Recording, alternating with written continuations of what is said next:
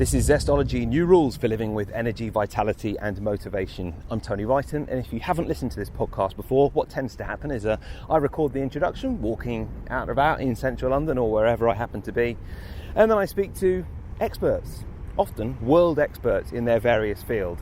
And as a train goes by on my left hand side, today's, well, it's not the middle of nature quite, but it is Wandsworth Common in central London.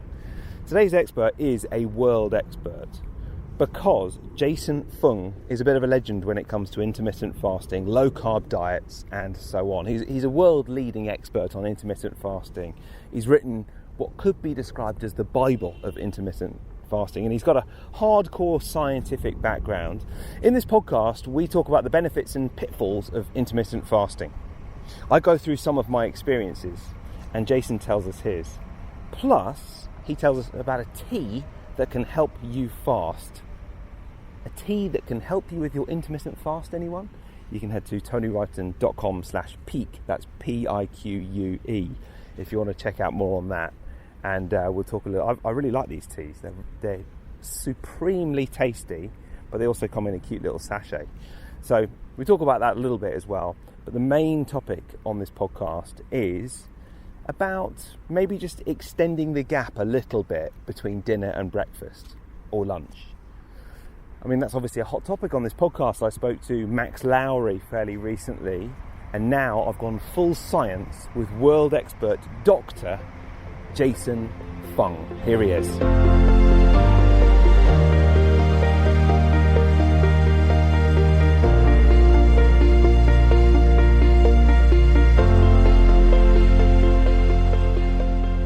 Jason, hello, how are you? I'm great, how are you? Very good, thanks. I wondered if first I could ask you to explain to people what you do.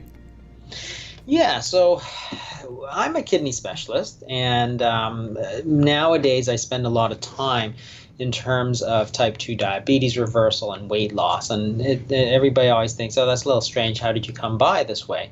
And the way it comes about is that for many years I treated people with kidney disease, but by far and away the most common type of kidney disease is diabetic kidney disease, of which 95% is type 2 diabetes, which is the one that's associated with obesity, the ones that tends to come with adults and so on. So and, you know, there's been a real crisis, sort of obesity epidemic, which has been getting worse. And along with that, type 2 diabetes is getting worse. So I've been actually seeing more and more over the years. And so that's where I really started to get interested in it, because it's really a part of sort of what I see every single day. And about 10 years ago, there are some studies that came up which really changed the way I look at things. That is, for type 2 diabetes, it turns out that a lot of the medications that we use didn't actually make people any healthier. So it made the sugars go down, but it didn't make them have less heart disease, less kidney disease. So in essence, what we were doing was completely useless. So that's hard to take as a doctor who's trained to do something useful. I just learned that most of what I do is not very useful.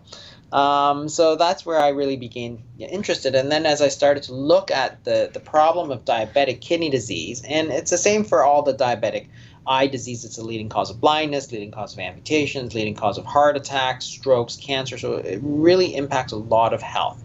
And the thing that's interesting is that when you look at it logically, you can say, well, treating those diseases doesn't make a lot of sense. If they're caused by type 2 diabetes, what you need to do is get rid of the type 2 diabetes. You'll never get the diabetic kidney disease if you're not diabetic. And then it comes down to, how are you going to get rid of the type 2 diabetes? And the answer is that it's very strange, but the medical profession tells people that this is a chronic and irreversible disease. But everybody knows that's a lie. Because if you think about it, if you have a friend who has type 2 diabetes and they lose 50 pounds, almost for sure that diabetes will go away. Really? In fact, studies where people do bariatric surgery, weight loss surgery, the diabetes virtually always disappears. So, you know, here's cases of diabetes which are reversed, which everybody knew about, and yet doctors were telling people it's irreversible. It's like, okay, but that's a bloody lie. And you knew it's a bloody lie, so why are you telling people this? And that's where I became very interested in the question of weight loss, because the chain of causation goes from weight problems to type 2 diabetes to kidney disease, and I'm chasing people at the end when I should be preventing all this disease, and affects so many people, and there's such easy solutions to this. And that's when I started looking at the calories model, which is what everybody says: eat a little less, cut a few calories a day. Turns out that advice doesn't work for anybody. And again, it's ridiculous, because if you look at actual studies of how effective this advice is, people who are obese or overweight or morbidly obese, you give them this advice and you follow them along, and the success rate is somewhere on the order of 0.1% for super obese, and 1%. So it has a 99 to 99.9% failure rate. Wow. And it's like, okay, here's the question. Why do you tell people? Why do you give them a solution that has a 99% failure rate? Yeah. Like, that's ridiculous.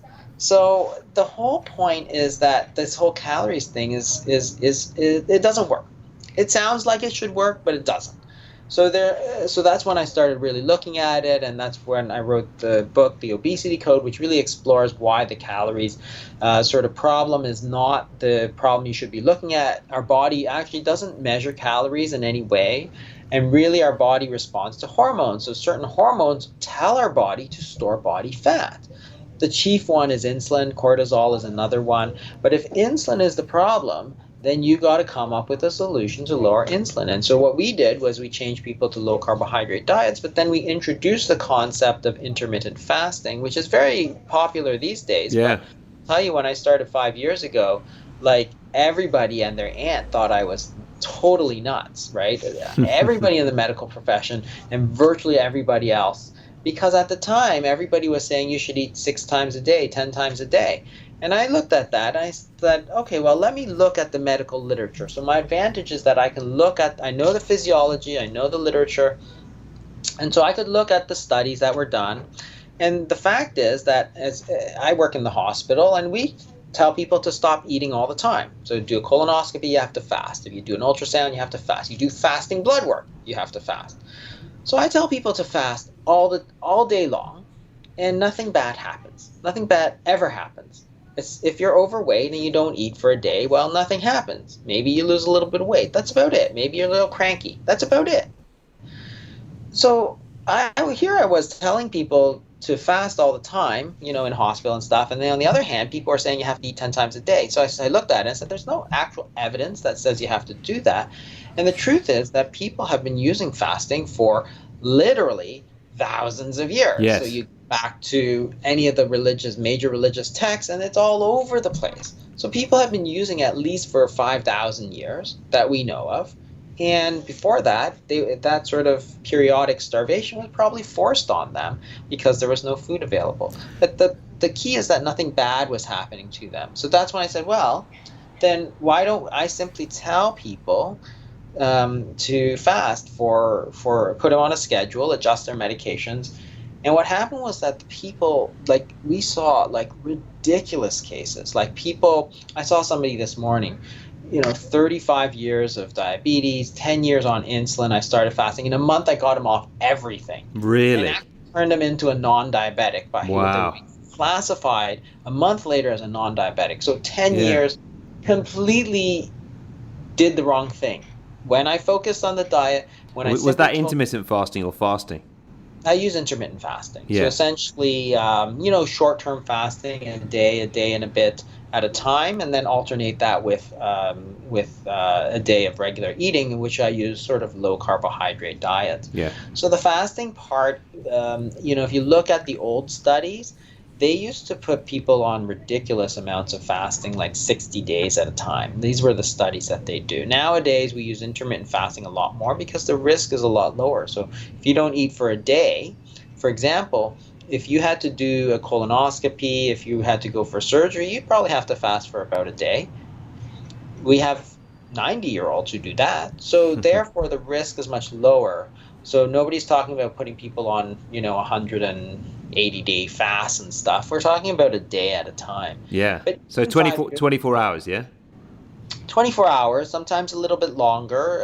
If people want to go a bit longer, they can, but relatively short compared to some of the fast that people used to use in the 60s, which was sort of 45 days, 60 days kind of thing. And that is resetting. What is that exactly doing for people listening, thinking, all right, I'm down with all right, a 12-hour fast, but 24 I haven't done that many times. Yeah, it's a 24-hour fast essentially means eating sort of one meal in the day. So if you go from dinner to dinner, for example, that's just about 24 hours where you're not eating. So if you go a little bit longer, it's 36 hours. You can go a little shorter. 16 hours, for example, is very popular as well. So if you do a 16-hour fast, so eat for 8 hours of the day and fast for 16 hours of the day. And the point is that there's a balance here. So it's really very simple. The whole concept of weight loss, weight gain is actually not that difficult. Our body only exists in sort of two states. We're either sort of storing food energy or we're burning it. Okay, so we have different systems in our body, glycogen and body fat, but for simplicity, we'll say body fat. So when you eat, you're taking in more food energy, which is calories, than you can actually use at that time. So you're going to store it. Insulin goes up, so you eat, insulin goes up, and you store body fat. When insulin goes down, then you burn body fat. So you're either fed or you're in the fasting state. You're either storing food energy or you're burning it. There's only those two states, and you can't do both at the same time because your body's not going to be so stupid as to store food energy as fat and burn it at the same time. Like, why would you do that, right? It's either going in or it's going out. So the whole point is that if you are eating constantly, you are constantly telling your body to store fat. So if you tell your body to store fat, 16 hours a day, it's worse than if you tell your body to store fat 8 hours of the day. So if you look at the changes in what's happened to how people eat, in 1977, people ate sort of 3 meals a day, breakfast, lunch, dinner. As you get into the 2000s, the average is closer to 6 times a day. So the most recent study showed that the median duration of eating is 14 hours and 45 minutes, which means that if you started eating at 8 a.m. breakfast, you wouldn't stop until 10:45 p.m. In essence, you're eating the entire day. Yeah. So you're not letting your body burn off this energy, because every time you eat a little bit, you're telling your body, store it, store it, store it. And this is the whole problem. And what we've recognized from many, many thousands of years ago is that your body actually should be cycling between the fed state and the fasted state. That's why there's a term called breakfast. That meal that breaks your fast, which means every single day you're supposed to be fasting.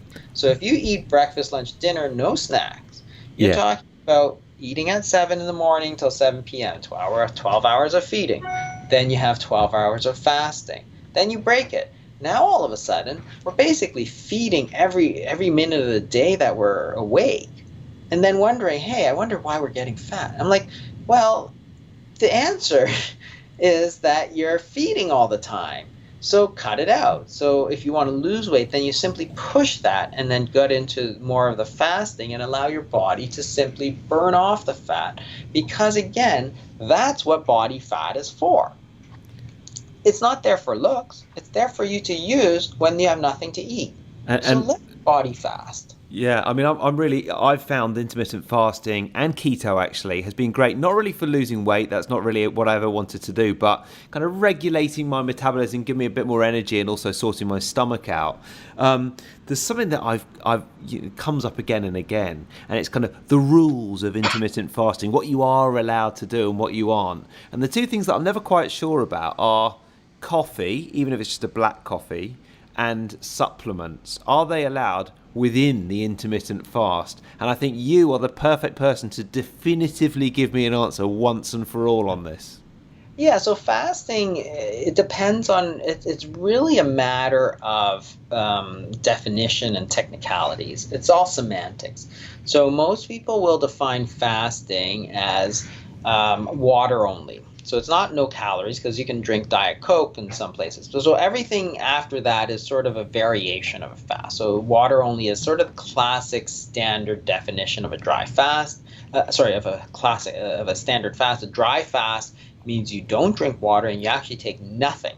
That's a little more extreme and used in certain religious groups. So Ramadan, for example, is an example of dry fasting. So they both don't eat and don't drink, which makes you a bit dehydrated too. So that's not something I generally recommend for people. And then after that, you get into what's allowed, what's not allowed.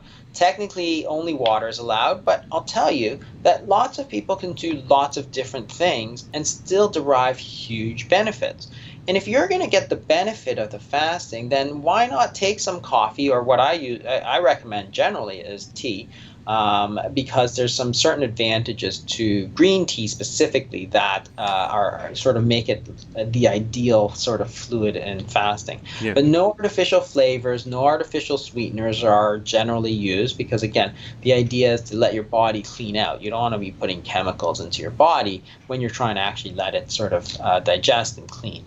So anything that is not water is technically not a fast, but that's not to say that you can't lose weight or you can't reverse diabetes and so on. So for us, we actually tend to recommend we allow lots of sort of infused waters and lemon. If you want to put a little lemon, lime, or whatever, great, go ahead. It makes it easier, then do it.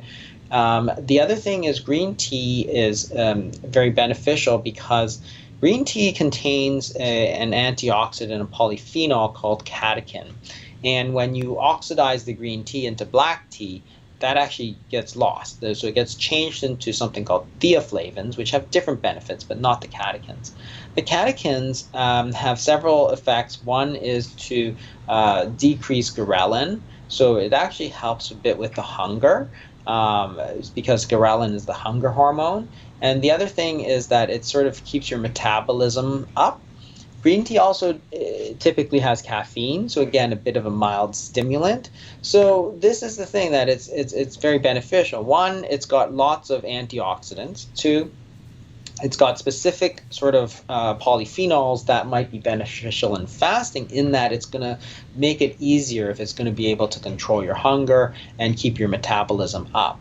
And then there's tons of studies on how green tea helps prevent diabetes, helps prevent cancer. So there's lots of epidemiologic studies where they say, oh, well, we studied the Japanese people, and those who drank a lot of green tea had less heart disease and so on. So there's lots of studies about how healthy it is. And that's fairly well known too. So it's like, well, if yes, technically it's not a fast, but hey, if you can drink green tea and your goal is to lose weight, then hey, why not take it? Yes, it's a bit of a cheat, but it's going to allow you to make the fasting easier. Yeah. And that's the whole idea of the fasting tea, is to sort of formulate something which is green tea based. And one of the things that Peak Tea has done, which is extremely good, is that they use this cold brewing technology. Oh, this is the Peak Tea that I've been talking about on my podcast, which I love, because you just open a little sachet and you pour. It's nice, yeah. And that would help with fasting. Yeah, because the catechins that are in this are much higher. So if you take a standard cup of green tea and do a hot brew, so you just put in hot water, you get a certain amount of the catechins. But if you do the cold brew process, so essentially what they do is they steep it in cold water and then crystallize it. So it's basically crystals of concentrated tea. And that's important because there are other ways to get the catechins out, which are chemically based. You use solvents and stuff, and green tea extracts, the pills you get, are like they're extracted with solvents. This is sort of a whole food method, because you're really talking about concentrated, super concentrated, cold steeped tea. So it's there's nothing unnatural. It's just tea and water, and you steep it for a long time. But the way they make it actually it gives you about triple the amounts of the catechins, and that's why it's sometimes when you taste the tea, which I love, but there's a bit of an astringency sometimes, and that's sometimes the chemicals that you get. Yeah. The catechins, I should say, that you get with the that brewing process. So the tea is awesome, and we'll mention the tea a little bit more afterwards, and we've got a code for the tea as well. What about supplements? Are we allowed to take supplements during the fast? Yeah, again, technically you would say no. So some people would say, well, if you want to take a multivitamin, we tell people for multiple day fasts, if they're going to go like multiple days, like 5 days, yeah, supplement's not a bad idea. Just in case you're worried about all your minerals and vitamins, you're going to get them. If you're doing sort of short fast, then you can simply take them when you start eating again. That way they'll give you enough for the day. You could take it during the fast. Again, it makes little difference because the whole point of fasting is to lower your insulin levels. As your insulin levels fall, that is the signal for your body to start burning body fat, because that's what it is. It's like, okay, if insulin is dropping, then your body says, okay, well, there's no food coming in. I still need energy for my heart and my lungs and my kidneys, so I'm going to pull it out. So the falling insulin is the key. If you take a little bit of, and if you take a little bit of supplements, or even if you take a little bit of food, so something like coffee with cream, for example, we'll tell people, if the fasting's too hard, try that. And bulletproof coffee is sort of the extreme of that. Yeah. But normal coffee with a little cream, yes, there's some calories there. There's some cream. There's a bit of protein. So your insulin will go up a little bit, but the amount is so small that your body's just going to drop it like within 20 minutes sort of thing. But again, if the fasting is difficult and the coffee helps you through, then hey, do it, because so if it's a tiny bit, then it breaks the fast, but it won't take you completely out. You can dip back in much quicker. Yeah, so it's about the insulin level. So if you eat a meal, your insulin goes sky high. But if you're going to just take a little bit of coffee with cream, for example, it's just going to blip up a tiny bit and then just go back down. Okay. Green tea, of course, has almost no calories, so that's not even going to be an issue for the green tea. And that's one of the reasons that we use sort of this green tea based thing for fasting. It's sort of this aid for fasting, because people understand that, hey, if you don't eat, you're going to lose weight. The problem is it's hard and it's not fun, and nobody really likes to do it. So people need help, and it's like, hey, if we can create something that is going to help them, they're going to get the benefits of all that fasting, and at the same time we can make it easier for them to get into that state where they can say, so what we tell people to do is like, okay, first of all, you're going to be hungry at 12 o'clock, because if you're used to eating at lunch every day, when lunch comes around and you're fasting, you're going to get hungry. So what you want to do is take something like a big mug of green tea or fasting tea, and then that's going to give you something to do while you should normally be eating, and then let you ride out that sort of hunger waves. And it's the same thing you see with smokers, right? So when you're trying to change habits, the most important thing is not to kill habits, but to switch them to something else. So smokers will chew gum. They all do, because they want to do something with their mouth. It's a lot more effective than simply going cold turkey, because you've switched one habit, which is smoking, for something different, right. But you're still chewing, you're still doing something, so it's a lot more effective. And this is the same.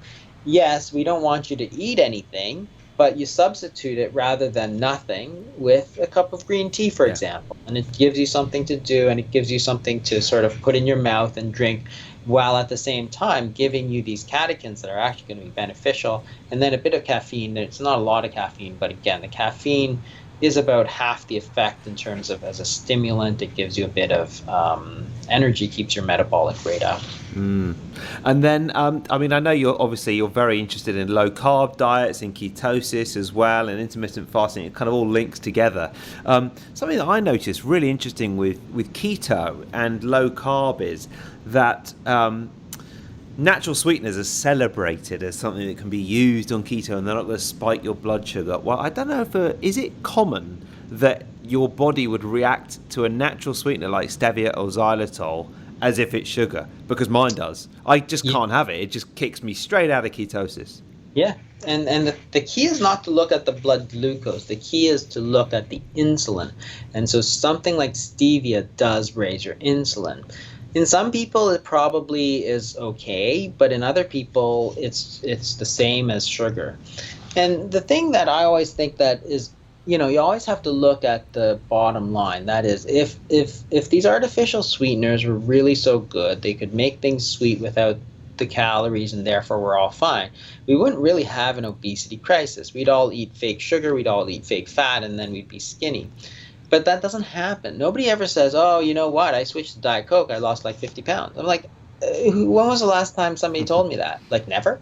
Yeah. Like everybody I know is like they're drinking all these Diet Pepsis and they're like, I can't lose weight, and they're chugging down their Diet Pepsi. That's got 0 calories. I'm like, but you're not looking at what's important, Yeah. which is the insulin. The insulin is what's telling your body to store fat. You chug a bunch of Diet Pepsis, what happens is that your insulin is high, but there's no calories coming in. So your body is saying, I need to store calories. I need to store calories. At the same time, I can't burn calories. So your metabolism, the amount of calories you burn, actually has to go down. Your metabolic rate has to go down because you're busy trying to store fat. You're giving your body the instructions to store fat at all costs. Yeah.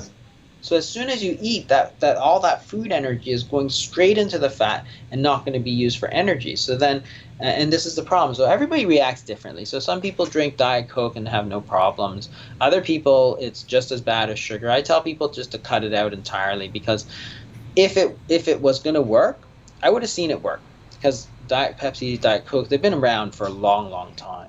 And if they're really good, I would have known it. But I believe your president drinks 10 cans of Diet Coke a day, so I don't know what that says about you.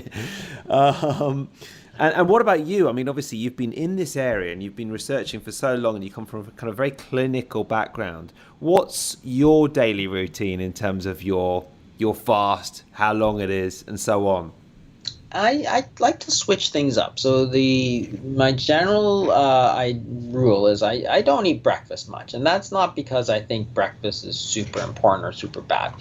It's because I don't like to get up that early, and I like to get up sort of just before I leave, walk out the door.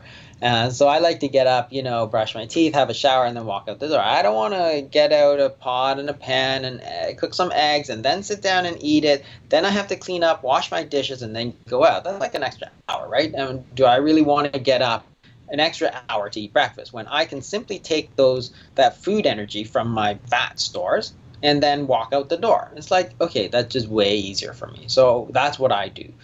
Eating breakfast is not bad. If people like to eat breakfast, they can go ahead. I mean, there's nothing wrong with it. It's just that for me, it's just inconvenient. So I like to get up sort of like half an hour before walking out the door. My son likes to get up 2 minutes before walking out the door. So, he rolls out of bed and goes right out, right? And tries to change.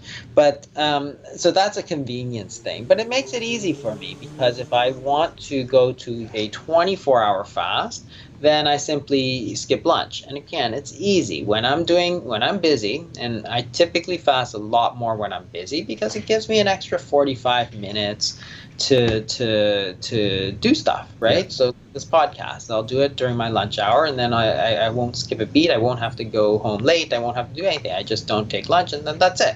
And it's easy because I'm used to it. And remember, the idea is to think about it as if you're feeding your body lunch through your own body fat, because that's what it is. That's food energy that you've stored from yesterday, from the day before, the month before. It's there for you to use if you want to use it. Let your body use it.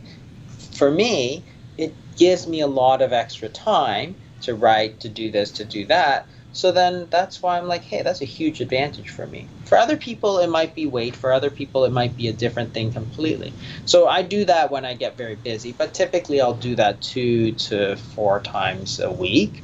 I typically eat dinner, again, not because I think it's the most physiologically healthy. I actually think eating a big lunch and a small dinner is better for you, but because it fits into my work schedule. That is, you can skip breakfast and skip lunch with very few people noticing or commenting, but you start skipping dinner all the time. It's like with your family, it's like, okay, well, this is a little awkward, right? It's like everybody's eating, sitting there. So I have dinner with my family many nights, and it's just what it is. I mean, that's what we do. So therefore, that's where I fit it in. And that's one of our keys, is that we always say fit your fasting schedule to your life. Don't change your whole life to fit your fasting schedule. Once in a while, I will go longer. I will go, a couple of days, and that's typically like after a vacation where I've been not, I have deliberately said, I'm not going to go to Italy and not eat pasta, right? That's not an option. So I'm not going to go and not have gelato. Like, that's not an option. So I'm going to have it. But then I will make up for it, because when I come back, as my I feel that my pants are a little tight, I'm feeling a little bit more bloated, I will say, okay, I'm doing more fasting this week. I'm going to do this many days, or I'm going to go multiple days. And or if I don't have dinner plans, like if my family is away or whatever, then it's like I might say, okay, well, I'm just going to go 2 days or 3 days. And that'll be that, right? But I always have the goals in mind. So that's sort of what I do. And I like to keep things sort of changing so that your body doesn't just get used to something. So whereas most of the days I'll have sort of one meal a day or two, lunch and dinner. Sometimes I'll have a really big lunch and a really small dinner, and sometimes I'll have breakfast and dinner, and then some days I'll just have dinner, and then I try to change it up so that it's sort of always varying. Yeah, I find that a little bit more effective than staying on the same thing sort of all the time. But I always keep the goals in mind, because if you're doing it for a specific reason, you want to make sure that you get it. Like if you're trying to do it for, say, autophagy, which is this sort of cleansing anti-aging process, then you really have to know that that's your goal. So therefore you actually have to stick to a sort of classic water fast, and you have to get into that 24, 32 hours. And those are the sort of things that the researchers. I wrote a book about it called The Complete Guide to Fasting as well, which has a lot of these sort of strategies and schedules and tips and so on. Yes, well, I know I've read it, and it's a classic, isn't it? Yeah. It's done very well. I mean, I'm sure when you started out, you didn't know that you'd be appealing to this general a section of the population, actually. Well, I think that what happened there was that it was released sort of at the end of 2016. And at the time we were talking about it, nobody really was talking about it. So I had participated in some low-carb conferences. I was a speaker, but not a lot of people talking about intermittent fasting. And so I introduced the topic, and it was very interesting. And people were asking me, where can I learn about this? I'm like, nowhere. Nobody has anything decent out there. Not from a medical standpoint anyway. There are books on religious fasting and so on. So, but it's like if you really want a guide as to what to do, what your options are, what the health benefits are, and what the physiology of what happens to your body, and practical tips, it's like, no, I don't think that there's anything really decent out there that is available. So I'm like, then that's when I said, okay, then I just got to read it. And if you look at, say, Google Trends or something, you can see that since 2016, it's actually been sort of really increasing in popularity. Yes. Because people are just recognizing, hey, this is pure logic. I mean, if you don't eat, you're going to lose weight. So what's wrong with that? Yeah. Why don't we do more of that? So that's great. Yeah. Yeah, it's fantastic. And people can reverse their disease. So diabetes, type 2 diabetes, which causes so much disease, you can simply reverse it. If you don't eat, your blood sugars will come down. And guess what? If your blood sugars come down, you don't have to take your medications. Start burning fat, you lose weight, the diabetes goes away. And it's like, okay, but here's all this disease that we can prevent for free. That is, it's not surgery, it's not medication, it's not going to cost you $2,000 a month for medication. It's just the application of knowledge that we had, at least since the time of, if you look at the teachings of, Buddha and the Prophet Muhammad and Catholicism, every Easter they talk about fasting.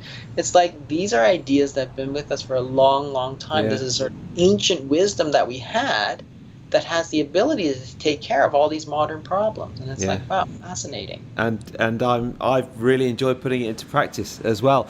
Jason, the last question is something I've asked everyone, and that is, what is one book that you would recommend that's had an impact on you? And, well, it's kind of two questions, really. What is one tip?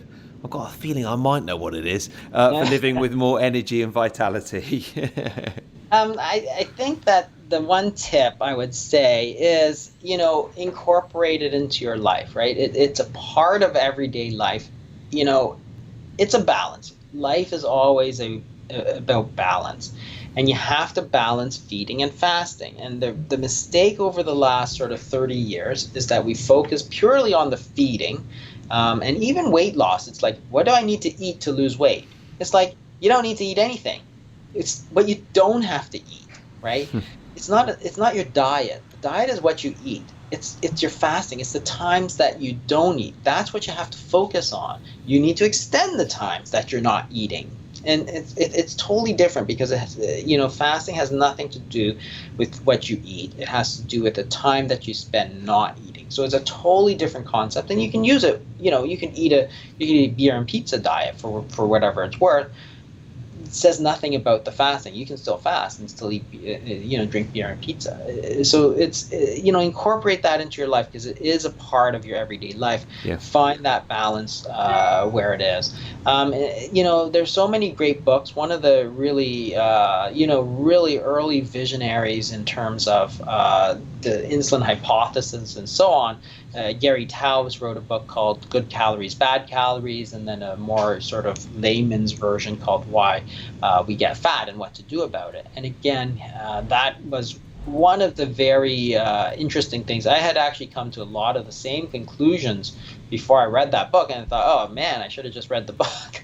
But he had a lot of impact on a lot of people from a nutritional standpoint. He was one of the, he was writing about why dietary fat wasn't so bad for you back in 2000 when we were in the midst of this big fat phobia. So Good Calories, Bad Calories is very technical. And then the other book, which is Why We Get Fat, that is also a very good book and still worth, well worth the read because it really opened a lot of people's eyes. And, I came across it, a few years after it was published, but it's like, yeah, I could have saved myself a lot of work if I just read that in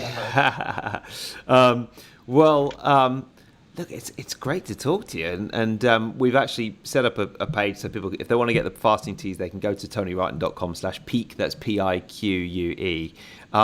Where can people find out more about you, everything you do, and the conferences you speak at in your book as well?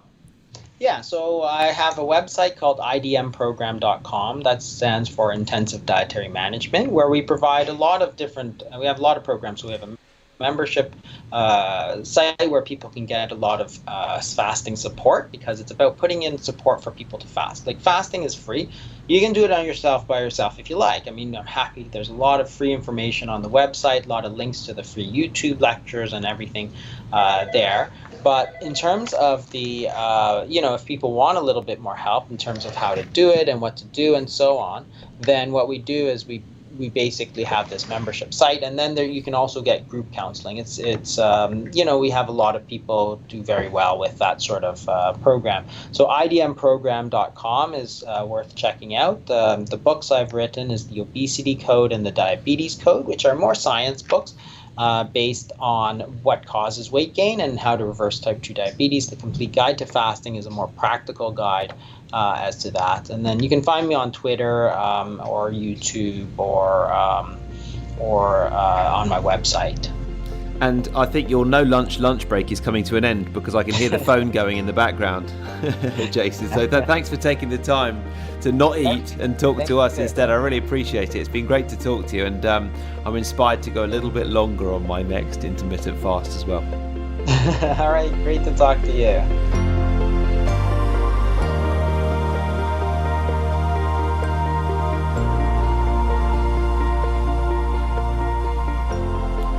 Thank you to Dr. Jason, and thank you for listening. And if you're interested in the fasting teas that we talked about in this podcast, then you can head to TonyWrighton.com/peak. That's PIQUE, and you'll get that Zestology discount. So if you just click on that page, I think it takes you straight through to the discount. When I was recording this podcast, I think the fasting teas had sold out, but they might be back now. Anyway, you can check it out, TonyWrighton.com/peak, PIQUE. And intermittent fasting, for me, really has been the missing piece in the puzzle. I mean, as I've said before, I never quite knew what to have for breakfast, and then when I just cut it out, and I do have a black coffee, but just seems to kind of ease my digestion into the day, and it feels like quite a nice way to set up my eating day. I'm always starving by about 12:30, but that's fine. So, thank you to Dr. Jason. Thank you for listening to this podcast, all about the new rules for living with energy, vitality and motivation. In the last few weeks, we've covered biohacking, meditation, and intermittent fasting, three of the main themes of this podcast. And I've really enjoyed all my expert guests. And if you didn't hear those other podcasts on biohacking and meditation, then do check out the last few weeks on Zestology, on whatever app you're listening to this podcast on. That's it. I'm off. See you next week.